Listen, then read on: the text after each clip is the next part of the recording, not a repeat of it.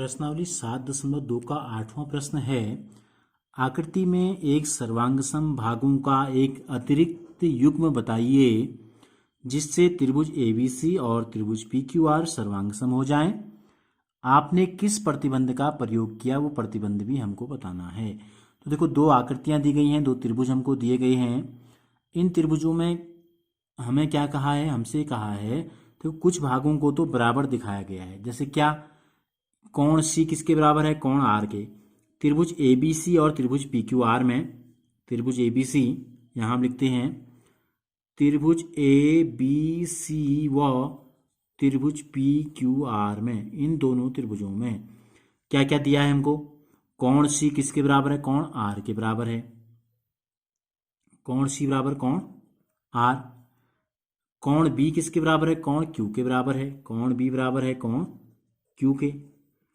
अब हमें इन दोनों त्रिभुज को सर्वांगसम दिखाना है। मैं एक सर्वांगसम भागों का एक अतिरिक्त युग्म बताना है। एक युग्म हमें बताना है कि कौन से भाग बराबर होंगे, बराबर होने से ये त्रिभुज सर्वांगसम हो जाए। ठीक है, और किस प्रतिबंध का प्रयोग हमने किया वो भी हमको बताना है। तो देखो, दो कोण बराबर हैं, इस त्रिभुज के भी दो कोण और इस त्रिभुज के भी दो कोण बराबर हैं। तो हमने 5 प्रतिबंध आपको बताए थे। उन 5 प्रतिबंधों में दो प्रतिबंध ऐसे हैं, एक है आपका AAS जिसमें 2 बार कोण आते हैं, और एक है आपका ASA। केवल 2 प्रतिबंध ऐसे हैं जिनके लिए 2 कोणों की जरूरत होती है। देखो, इसमें भी 2 कोण और एक भुजा, इसमें 2 कोण और बीच की भुजा है। तो 2 कोण तो हमको पता है। अगर हम क्या ले लें, अगर हम BC बराबर PQ ले लें, अगर हम तीसरी चीज इसमें ले लें BC बराबर PQ, तो क्या हो जाएगा, तो त्रिभुज सर्वांगसम हो जाएंगे।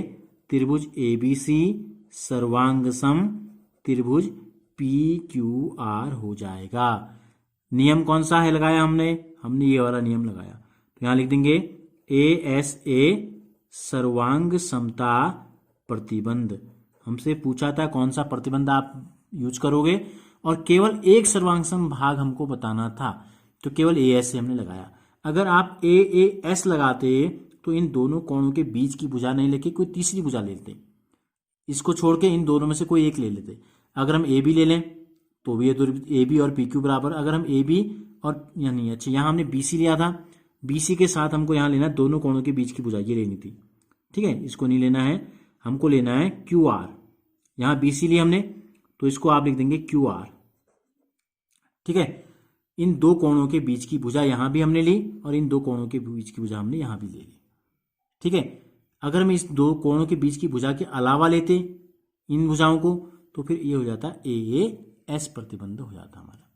इसी प्रकार 9वें प्रश्न में भी हमको दो क्या दिए गए हैं, त्रिभुज दिए गए हैं, और हमको बताया है कि ये दोनों जो है सर्वांगसम हैं। चर्चा कीजिए क्यों मैं यहां लिखा था त्रिभुज ABC जो है, त्रिभुज ABC जो है वो सर्वांगसम है त्रिभुज FED के। क्यों हमसे पूछा है, क्यों है, देखो इन दोनों त्रिभुजों में कोण A किसके बराबर है, कोण F के बराबर है। यहाँ भी डबल लाइन है, यहाँ भी डबल लाइन है। कोण A कोण F के बराबर दिया है। ठीक है, कोण B कोण E के बराबर दिया है। कोण B दिया है बराबर कोण E के।